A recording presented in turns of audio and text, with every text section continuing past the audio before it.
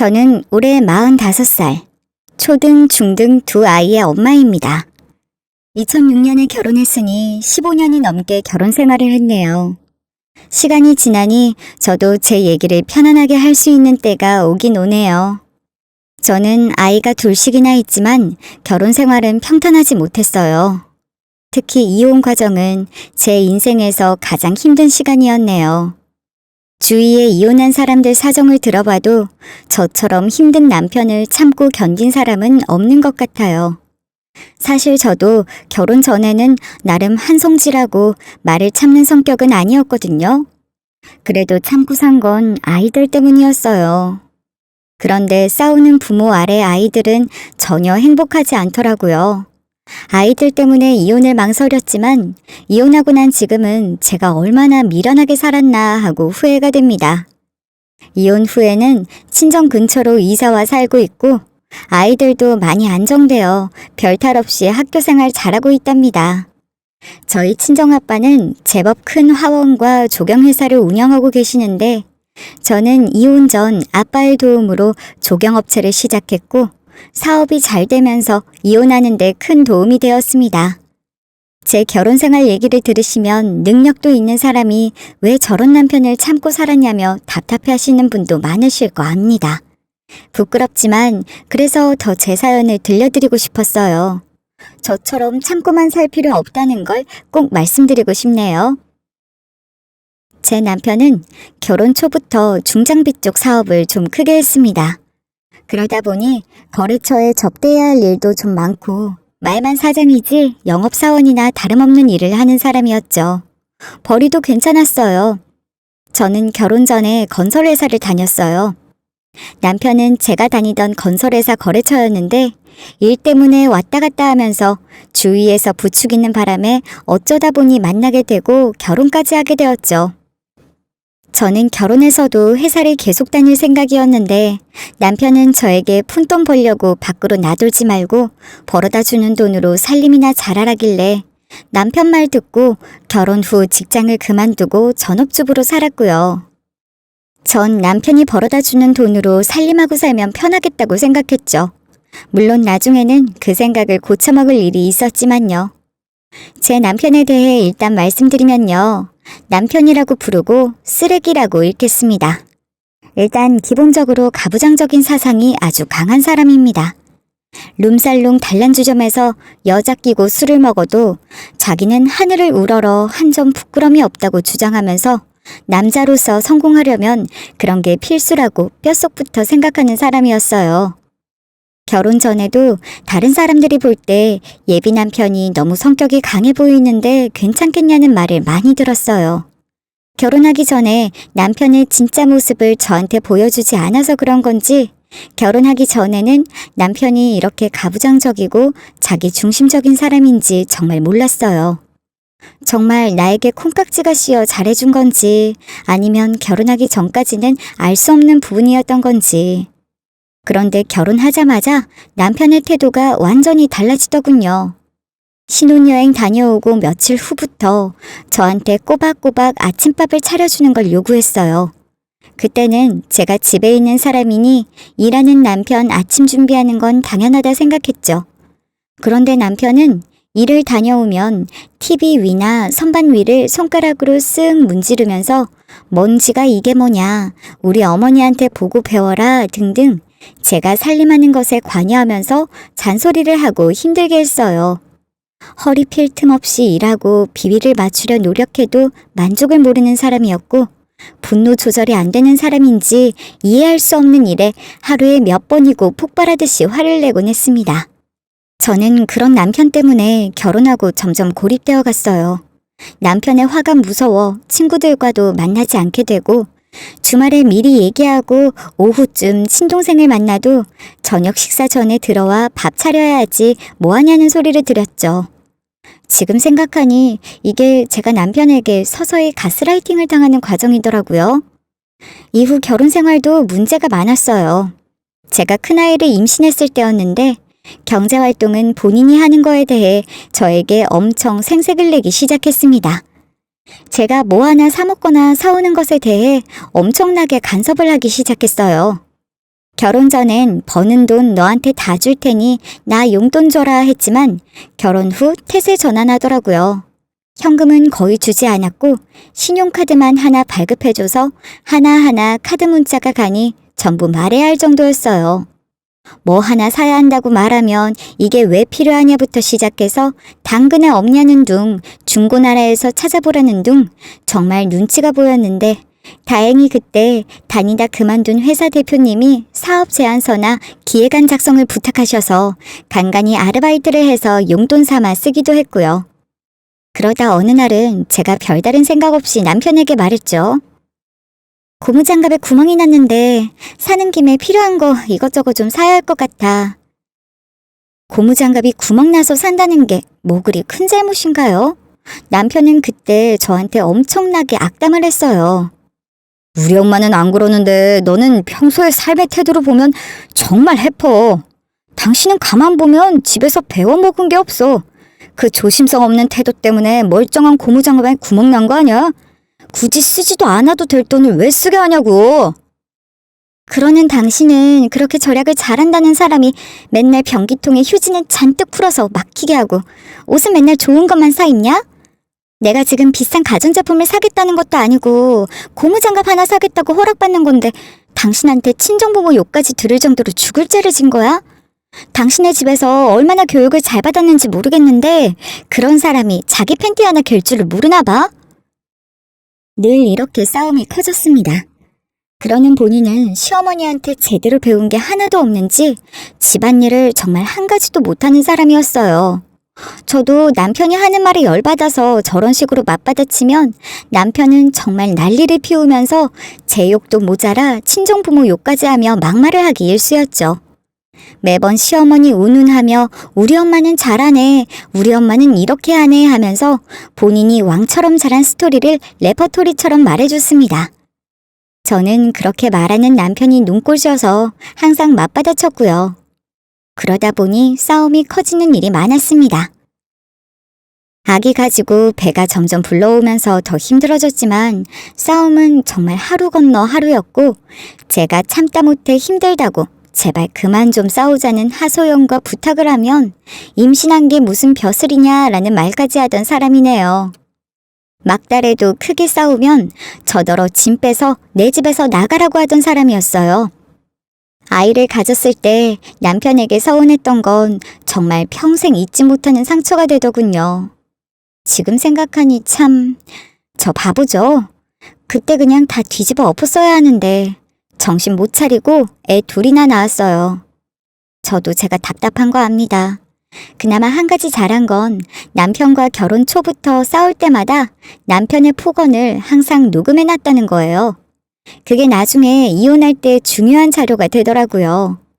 남편도 문제였지만 저희 시부모님도 가부장적인 분들이었어요. 특히 시어머니는 쉽지 않았습니다. 시댁은 저희 집에서 차로 2시간 거리였는데 큰애 낳기 전까지 매주 금요일에 남편과 같이 내려가 일요일 밤에 올라오는데도 매번 때마다 나중에 누가 나를 모시고 살 거냐, 친정은 연락만 하고 안 가도 된다, 시댁에서 일어나는 일은 절대 다른 데 말을 옮기면 안 된다, 너 잘못하면 네 시누들한테 다 얘기할 거다, 시누들이 얼마나 무서운 줄 아느냐, 매일 연락 강요하시고 연락을 좀 늦게 하면 네가 어떻게 하나 벼르고 있었다는 말을 하시더군요. 이런 등등의 말을 하면서 저를 힘들게 하셨습니다. 남편은 누나가 2명, 여동생이 1명 있었어요. 그렇게 딸이 많은 집안인데도 같은 여자인 며느리는 항상 홀대받는 존재였습니다. 결혼 초였던 것 같아요. 명절에 시댁에 내려가 일을 하고 있었는데요. 그땐 남편 바로 아래 시누이가 시집을 안 갔을 때였어요. 남편과 아가씨가 하는 대화를 듣고 어이가 없어서 제가 중간에 끼어든 적이 있었습니다. 남편이 시누이에게 그러더군요. 너는 결혼하면 남편한테 아침밥 잘 차려줄 거냐? 그럼 나가서 돈 벌어오는데 아침도 안 차려주겠어? 오빠는 잘 얻어먹고 다니는 거지? 나야 잘 얻어먹고 다니지. 근데 만약에 네 며느리가 나중에 네 아들 아침밥 안 차려주면 어떨 것 같아? 둘 다 돈 벌면 괜찮은 건가? 무슨 소리야 오빠. 여자가 돈을 얼마를 벌든 그런 걸 그냥 두고 봐? 내쫓아버려야지. 시집와서 자기 할 일도 안 하면 되겠어? 특정하지는 않았지만 제가 옆에서 일하고 있었고 매일같이 남편한테 아침상을 차려내던 상황이라 좀 어이가 없었어요. 솔직히 저 들으라고 하는 소리 같았습니다. 그래서 저도 나름 조용한 목소리로 아가씨, 그건 말씀이 좀 지나치시네요. 어찌됐든 부부가 서로 사정을 봐가면서 해야 할 부분이지 그게 꼭 여자가 해야 할 몫은 아니에요. 나중에 아가씨도 결혼하면 제 말이 무슨 말인지 알 거예요. 했어요. 근데 옆에서 듣고 계시던 어머님이 그러시는 거예요. 며느리가 저리 속이 좁으니 참. 저래가지고 남편 일이 잘 되겠어? 그래서 너는 네가 돈이라도 벌면 남편 밥도 안 차려줄 셈이니? 어머니, 제 말은 그게 아니라.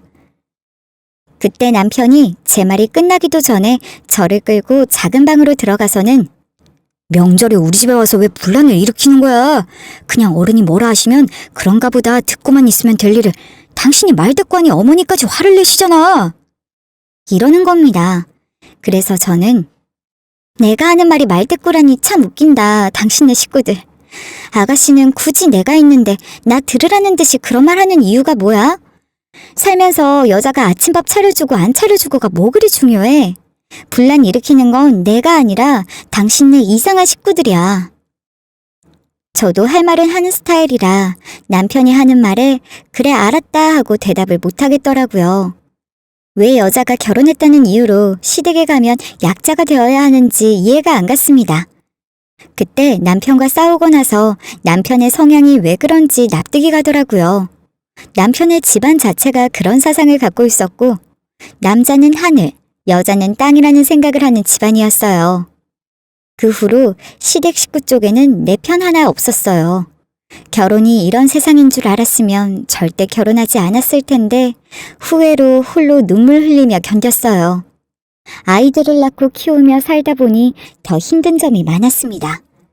처음에는 남편의 그런 가부장적인 사고방식이 개인의 잘못이라기보다는 사회에서 제대로 된 성교육을 받지 못해서 여자를 소모품으로 생각하게 만든 사회적인 환경 탓이라고 애써 이해하려고 했어요. 그래서 아이들만큼은 아빠의 그런 모습을 보고 배우지 않게 해야겠다고 생각했습니다. 그런데 제 생각이 틀렸다는 걸 살면서 점점 느끼게 만들었죠. 아무리 나 혼자 애써봐야 아빠의 그런 부분을 보고 자라는 아이들은 좋은 걸 못 배운다는 걸요.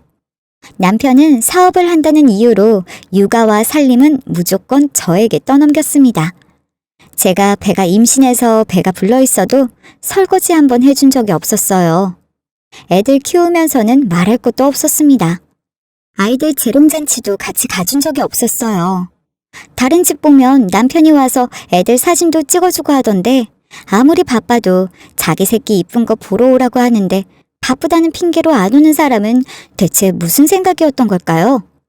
나와 우리 아이들을 자기 소유물로만 생각하는 건지 그냥 생활비만 주면 자기 할 의무는 다 했다고 생각하는 사람이었습니다. 그냥 저는 집에서 애 키우는 사람, 살림해주고 밥해주는 식모로 여기는 것 같았어요.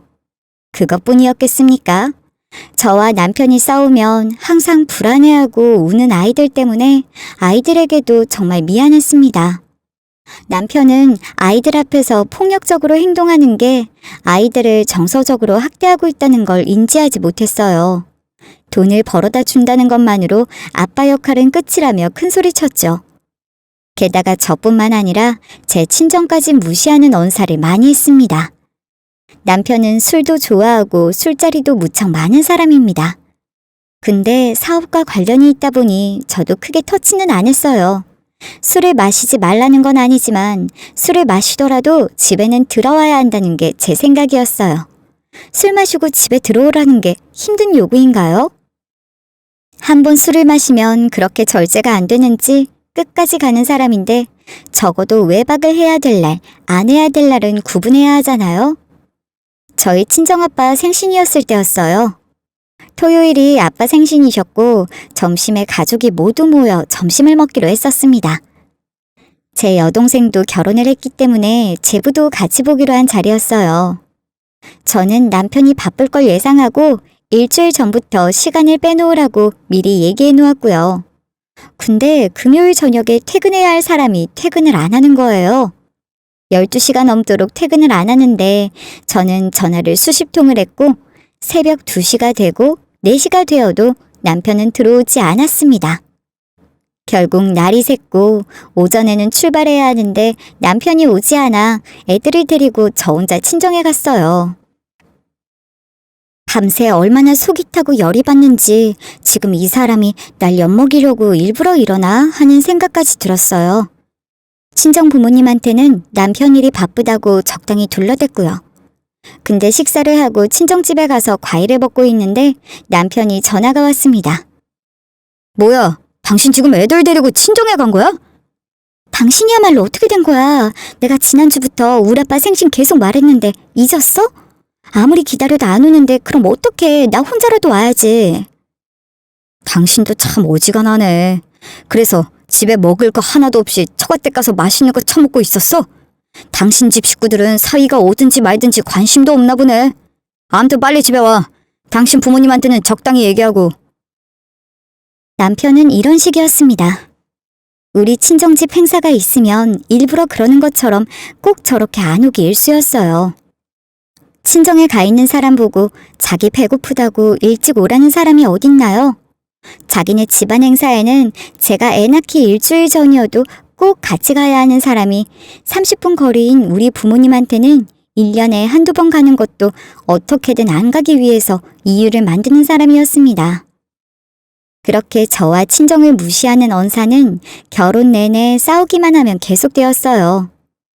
그럼에도 현실 문제에 부딪혀 이혼을 계속 결심하지 못한 제가 결정적으로 남편과 이대로는 안 되겠다는 생각을 한 사건이 있었어요. 둘째를 낳고 아이들을 키우면서 한 달 넘게 몸이 심하게 아파 병원에 가니 간 수치가 높고 갑상선 기능 항진증이라는 판명이 난 후였습니다. 내가 결혼해서 지금까지 남편과 이 기나긴 싸움을 하느라 결국 이렇게 몸이 망가졌구나. 그래도 잘 치료하고 좋아져야지 했지만 몸이 안 좋아 육아를 하는 게 정말 힘들었어요. 애들조차 돌보기가 힘드니 친정엄마가 30분이 넘는 거리를 매일 왔다 갔다 하시면서 저를 도와주셨죠. 그런데도 남편은 아이들 케어며 집안일이며 아무것도 도와주지 않았어요. 제가 참다 아프고 힘들다고 남편한테 하소연을 했지만 본인도 아프다는 말로 맞받아치더라고요. 그리고 이 병이 몇 년 동안 약을 먹어야 하는 사람도 있고 평생 먹어야 하는 사람도 있다고 말하니 다른 말 하나 없이 바로 평생? 그럼 약값은? 이라고 말하더군요. 그 말을 들으니 정말 이 사람은 안 되겠다는 확신이 들었어요. 큰 병이라도 걸리면 정말 얼마나 돈 걱정만 앞세워 저한테 어떻게 할지 너무 잘 알겠는 거예요. 그렇게 제멋대로인 남편을 참고 10년을 살았는데 더 이상은 남편을 믿을 수 없겠더라고요. 아이들이 커가면서 저도 이렇게 살아서는 안 되겠다고 생각했어요. 저는 언젠가는 이혼을 해야겠다는 생각을 늘 하고 있었습니다. 문제는 그게 언제인가 하는 거였죠. 남편이 결혼 생활 내내 생활비로 저한테 생색내는 게 너무 질려 저도 아이들이 크면 돈을 좀 벌어야겠다는 생각을 했습니다. 근데 큰아이가 6학년 때쯤 마침 화원을 운영하시던 제 친정아빠가 허리 수술을 하셔서 저더러 월급을 줄 테니 좀 도와달라는 말씀을 하셨어요. 집에서 가까운 거리이기도 했고 월급 받으면서 하면 괜찮겠다는 생각에 하겠다고 했죠. 그래서 남편에게 말하고 몇 달간 화원 일을 했습니다. 그런데 일을 하다 보니 화원 일이 생각보다 돈을 벌 수 있는 루트가 많다는 걸 알게 되었어요. 아빠는 그쪽에서 사업을 오래 하셨기 때문에 거래처도 많았고 저는 결혼 전 다니던 회사에서 건설 쪽 생리를 좀 배웠는지라 뭔가 이쪽 계통에서 사업을 하면 돈이 될 방법들이 보였어요. 그래서 아빠 도움을 받아 사업을 해보기로 결심했습니다. 그래서 남편에게 사업을 해보겠다고 얘기를 했습니다. 남편도 중장비 쪽 일을 하니 뭔가 좀 조언이랄까 그런 건 들어보고 싶었습니다. 금전적인 도움은 바라지도 않았습니다. 건설업체로 등록할 수 있는 조건은 거의 아빠의 도움으로 맞춰놨기 때문에 다른 도움도 필요 없었죠. 그런데 남편이 한다는 소리가 괜히 돈 버리지 말고 그냥 가만히 있어라. 쓸데없이 돈 벌겠다고 설치지 말고 당신이 할 줄 아는 것도 없으면서 무슨 사업을 하겠다 그래. 그게 뭐 쉬운 줄 아나 본데 이쪽 일이 경험 없이 할 수 있는 거 아니야. 나도 알아. 그래도 건설 쪽은 내가 조금 아는 것도 있고 아빠 도움받아서 큰 돈 벌겠다는 게 아니라 경험 삼아 해보겠다는 거야. 주제를 좀 알아라. 집안일만 하던 사람이 뭘 안다고 돈을 벌겠다는 거야. 나중에 망해서 나한테 아쉬운 소리 하기만 해봐. 장인도 참 답 없는 양반이네. 당신 뭘 믿고 일을 벌여. 큰 돈 버리지 말고 정신 차려. 당신 내가 잘 돼서 나중에 나한테 아쉬운 소리나 하지 마. 난 분명히 말했다. 당신 나한테 이딴 식으로 했던 거 후회할 수도 있어. 사람 이름 모르는 거야? 남편에게 바랄 걸 바랬어야 했나 봅니다. 남편은 끝까지 저한테 격려는커녕 무시와 조롱으로 일관했어요. 끝까지 저를 무시하고 넌 안 된다는 둥, 뭘 아냐는 둥, 남편이 정말 내 편이 아니라는 걸 확실히 더 알게 되었죠. 어쨌든 우여곡절 끝에 조경기사 자격증이 있는 아빠의 도움을 받아 저도 사업자를 하나 내게 되었습니다. 사실 아무것도 모르는 바지 사장이나 다름없었고 아빠 도움이 아니면 절대 시작도 못하는 거였지만 선무당이 사람 잡는다고 했던가요? 조경업체를 등록해놓고 저는 우리 지역 관공서에서 하는 각종 조경식재공사나 전전공사의 수의계약을 몇 건씩 따냈습니다. 제가 사업을 시작한 초기에는 정말 힘들긴 했습니다. 남편이 말한 대로 쉽지가 않았어요. 처음에는 매출액이 없어서 큰 공사는 투자조차 못하는 것들이 많았어요. 그런데 제가 직접 관공서에 찾아다니며 저희 업체 소개서랑 명함을 돌렸고 계약 업무를 하는 직원들과 안면도 트면서 일감을 한 개씩 받기 시작했어요. 이건 지역사회에서 오래 일하신 아빠의 도움이 컸죠. 매출액이 쌓이니 점차 금액이 큰 공사도 낙찰받는 일이 있었어요. 수의 계약으로 하는 공사들도 많았고요. 1년 정도 지나니 업체도 자리가 잡혔고 계절마다 꾸준하게 일감이 들어와 매출액이 많아졌습니다. 아빠는 사업 끝물에 딸 덕분에 매출이 터졌다며 너무 행복해 하셨어요. 아빠는 저처럼 조달청에 업체를 등록하고 공사를 따내시는 일은 못 하셨거든요. 저 역시 사업을 하면서 안 그래도 당찬 성격이 이제는 아주 괄괄하게 변해가더군요. 남편에게 주눅 들어서 제 본 모습을 잃어가고 자존감도 바닥을 쳤었는데 나도 꽤 멋진 일을 하는 여자라는 생각이 들면서 점점 자신감이 생겼습니다. 사업을 하다 보니 아는 사람도 많아지고 건설조합에 가입하면서 모임도 하고 다른 사장님들과도 친분을 쌓아나갔죠. 힘들었지만 정말 재밌더군요. 사업으로 바쁘다 보니 남편과는 집에서 얼굴만 보는 사이가 되었죠. 남편이야 예전부터 술 좋아하고 외박도 자주 하던 사람이니 전 그런가 보다 했고요. 그때 마침 금액이 꽤 큰 공사를 하나 낙찰받아서 남편한테 부탁을 좀 했습니다.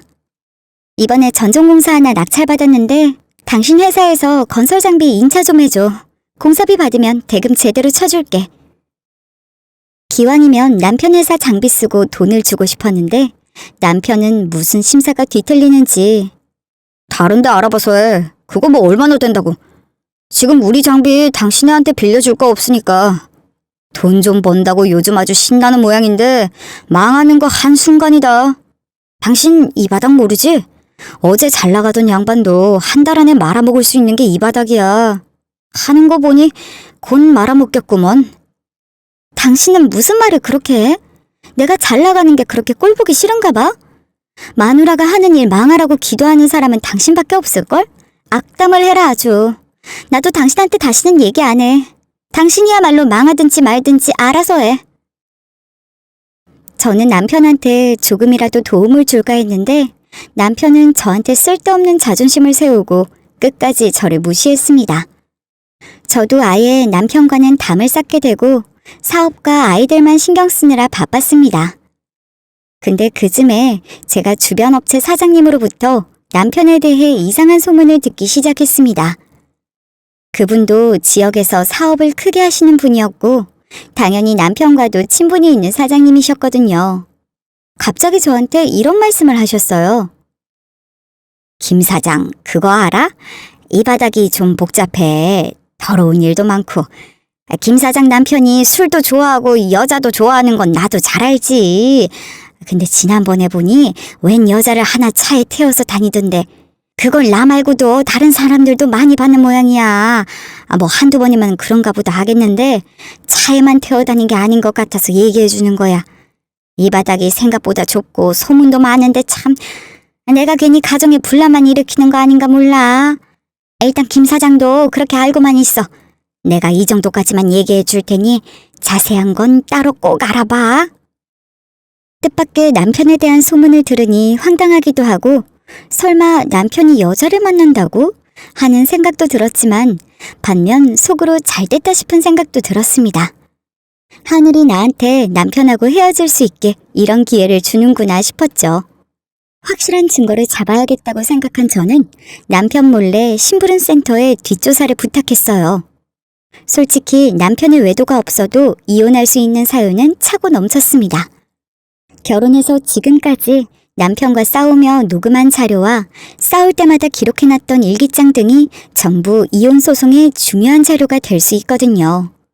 그런데 남편의 외도는 제가 확실하게 이혼 소송에서 우위를 선점할 수 있는 사유였죠.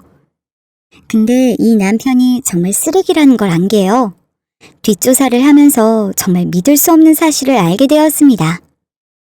저는 결혼 생활하면서 단 한 번도 남편의 핸드폰을 훔쳐본다거나 돈을 어디다 쓰고 다녔는지 알아낸다거나 하는 데는 전혀 관심이 없었는데요.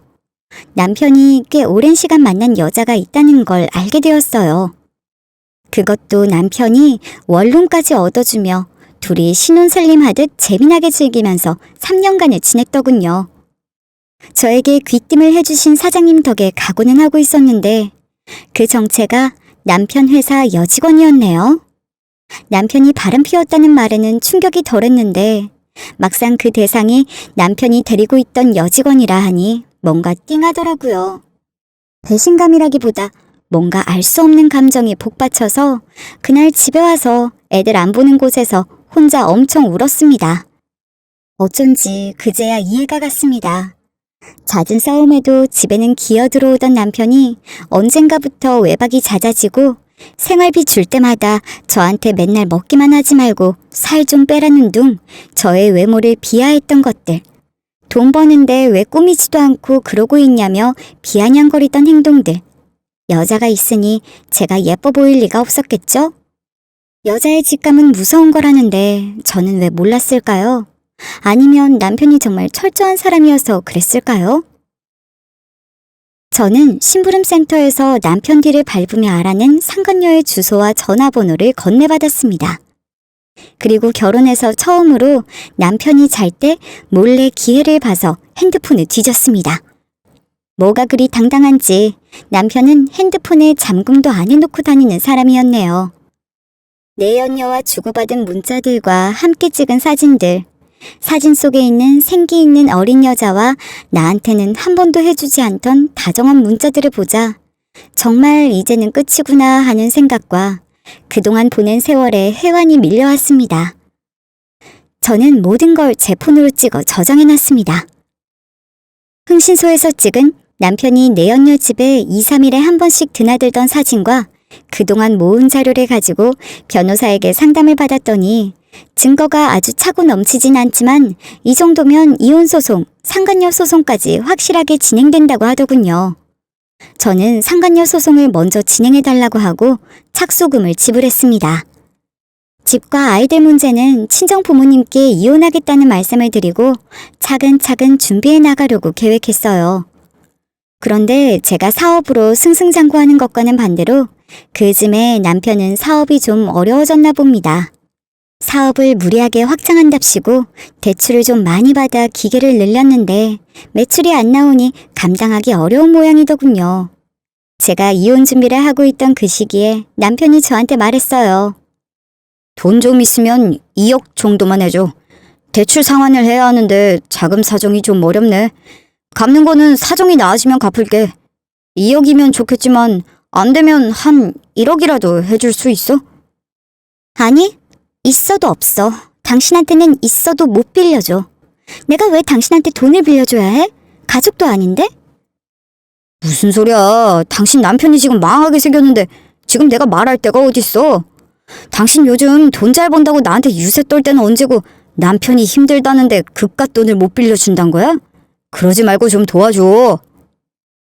제가 돈이 있어도 못 도와준다는 말에 남편은 순간 화를 내려다가 목소리를 누그러뜨리더군요. 저를 살살 구슬려 어떻게든 돈을 좀 받아내고 싶어서였겠죠. 저러고 누그러뜨릴 사람이 아닌데 속으로 생각했죠. 아마 그럴 정도로 똥줄이 탔나 봅니다. 저는 그때 이제 말할 때가 왔구나 하는 생각에 남편에게 문자 캡처한 것을 들이밀었습니다. 뭐야? 하면서 제 폰을 보던 남편이 좀 놀라는 듯했고 곧이어 말도 안 되는 소리를 하며 잡아떼더군요. 당신이 생각하는 그런 사이 아니야. 잠깐 호기심에 호감 가진 건 맞는데 잠까지 자고 하는 그런 불륜관계는 아니니까 오해 마. 하길래 그래? 그럼 지금 당장 당신 문자랑 통화 내역 다 뽑아오고 당신 카드 내역 다 가져와봐. 그랬더니 남편이 버럭 화를 내더라고요. 야! 솔직히 너 이러는 집요함에 질려서 그 여직원한테 힐링받은 거야. 알아? 무슨 말만 하면 따박따박 따지고 드는 여자한테 어느 남자가 안 질리냐? 이러는데 하도 기가 차서 그래? 잘 됐네 아주. 그럼 이혼해. 나는 내일 당장 당신이랑 헤어져도 아쉬울 거 없는 사람이야. 당신 그 여자 집에 드나드는 것까지 다 알고 있어. 살림까지 차리고 드나드는 모양이던데 아예 이참에 집에서 나가지 그래? 이혼은 무슨 이혼? 난 절대 이혼 못해. 애들을 아빠 없는 애들로 키울 거야? 키워도 내가 키울 거야. 너한테 애들 못 줘. 이젠 아이들을 볼모로 저를 협박하더라고요. 제가 아이들 없이 못 산다는 걸 뻔히 아니 아이들을 안 주겠다며 협박해서 이혼 얘기를 못하게 하려는 그 속이 뻔히 보였어요. 그래서 말했습니다. 애들 양육권 가져오는 게 지금 상황에서 누가 더 유리할 것 같아? 지금 돈을 누가 더 잘 벌지? 당신 망하기 일보 직전인 거 나 다 알아. 당신이야말로 주제를 알고 사업해. 누가 망해서 돈도 없는 사람한테 애를 키우라고 하겠어? 정신 차려 이 인간아. 남편이 그제야 할 말이 없는지 자기 뜻대로 안 되니 저한테 욕을 하고는 집을 나가버렸습니다. 저는 날이 밝자마자 시부모님한테 이혼하겠다고 알렸습니다. 솔직히 부모님이 저를 나무라실 줄 알고 그 다음에 할 말까지 다 준비해놨는데 그럴 필요가 없더라고요. 남편이 미리 얘기를 한 건지 어머님이 전화통에 대고 울며 불며 사과하시고 아들을 좀 용서해달라 하시는데 이제는 정말 못 살겠어서 이혼하겠다고 확실히 말씀드렸죠. 그리고 바로 이혼소송도 진행했습니다. 근데 남편은 제가 진짜로 이혼소송까지 할 줄은 몰랐나 봐요. 소장을 받고 나서는 발등에 불이 떨어졌다 생각했는지 이혼은 절대 안 된다고 전화로 난리를 치고 아빠랑 같이 있는 회사에 찾아와서 울며 불며 징징거리더군요. 그러면서 네가 뭔 짓을 했는지 모르겠는데 지금 일이 하나도 안 들어온다고 당장 내일이라도 망하게 생겼다고 죽는 소리를 했습니다. 제가 뭘 했겠어요. 그냥 같은 업체 몇몇 사장님들한테 남편이 여자랑 바람났다며 제가 세상 불쌍한 마누라가 됐다고 얘기한 것밖에 없습니다. 인지상정이라고 제 가정사가 불쌍했는지 다른 사장님들이 남편 업체랑 계약을 안 하는 모양이었어요. 제가 의도적으로 그런 건 아니었습니다. 이 바닥이 소문이 빠른 탓이었죠. 어쨌든 남편이 하루가 멀다 하고 찾아와서 울며 불며 사정했는데 정말 그 연기력에 감탄했습니다. 제가 남편과 10년이 넘게 살았는데 남편을 모르겠습니까? 그래서 빈말로 네 내연녀가 너랑 같이 와서 무릎 꿇고 빌면 생각해보겠다 했는데 그건 또 안 하더라고요. 그런데 제 앞에서 그 내연녀한테 전화를 걸더니 남편 놈이 그 내연녀를 바꿔주더라고요. 그래서 무슨 말을 하는지 드러나 보자 하는 생각으로 전화를 받았는데 이러더군요. 제가 먼저 시작했으니 제가 책임지겠습니다. 사장님한테 이제 연락 안 하겠습니다. 사장님이 강한 척해도 사실은 외로움을 타는 분인데 그거 달래주겠다고 몇 번 만난 거예요. 제가 주제 넘은 거 맞습니다. 그니까 소송 취하해주세요. 하고 세상 젠틀하게 남편에게 이별을 구하고는 저한테 소송을 취하해달라고 하더라고요. 참 뻔뻔한 여자였어요. 그러면서 자기 편하자고 남편을 통해 저한테 1,000만 원을 합의금이랍시고 보냈더군요. 편하게 끝내고 싶은 그 속셈을 누가 모를 줄 아는지 저는 절대 합의는 없다고 하고 그 돈을 고스란히 돌려보냈습니다. 그리고 소송에 잘 임하라고 했습니다. 그런데 상간녀는 그 후 1차 재판이 끝나고서 어이없게도 항소를 했습니다. 제 예상대로였어요.